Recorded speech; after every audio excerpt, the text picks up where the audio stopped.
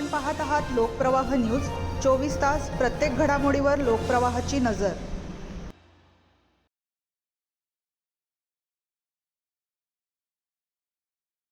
पिंपळगाव टोलनाक्यावर 535 किलो गांजा जप्त, 1,12,00,000चा मुद्देमाल हस्तगत। नाशिक ग्रामीण पोलिसांचा ड्रग्जवर प्रहार।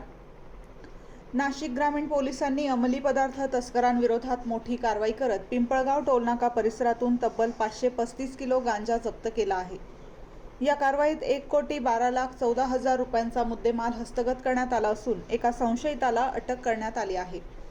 अवैध व्यवसाय आणि अंमली पदार्थांची तस्करी रोखण्यासाठी सुरू असलेल्या विशेष मोहिमेअंतर्गत पिंपळगाव पोलीस ठाण्याला गुप्त माहिती मिळाली होती।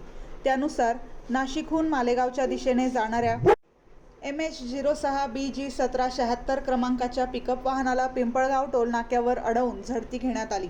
या झडतीत वाहनातून 535 किलो गांजा आढळून आला। पोलिसांनी राहुल शांताराम पाटील वय 33 राहणार मुटकी जिल्हा धुळे याला ताब्यात घेतले। आरोपी विरुद्ध NDPS कायद्यानुसार अंतर्गत गुन्हा दाखल करण्यात आला आहे। या कारवाईत गांजासह पिकअप वाहन, मोबाईल फोन आणि रोख रक्कम असा एकूण 1,12,14,000 रुपयांचा मुद्देमाल हस्तगत करण्यात आला आहे। या प्रकरणाचा पुढील तपास पिंपळगाव पोलीस करत असून अंमली पदार्थांच्या तस्करी विरोधात भविष्यातही अशाच धडक कारवाया सुरू राहणार असल्याचे नाशिक ग्रामीण पोलिसांनी स्पष्ट केले आहे।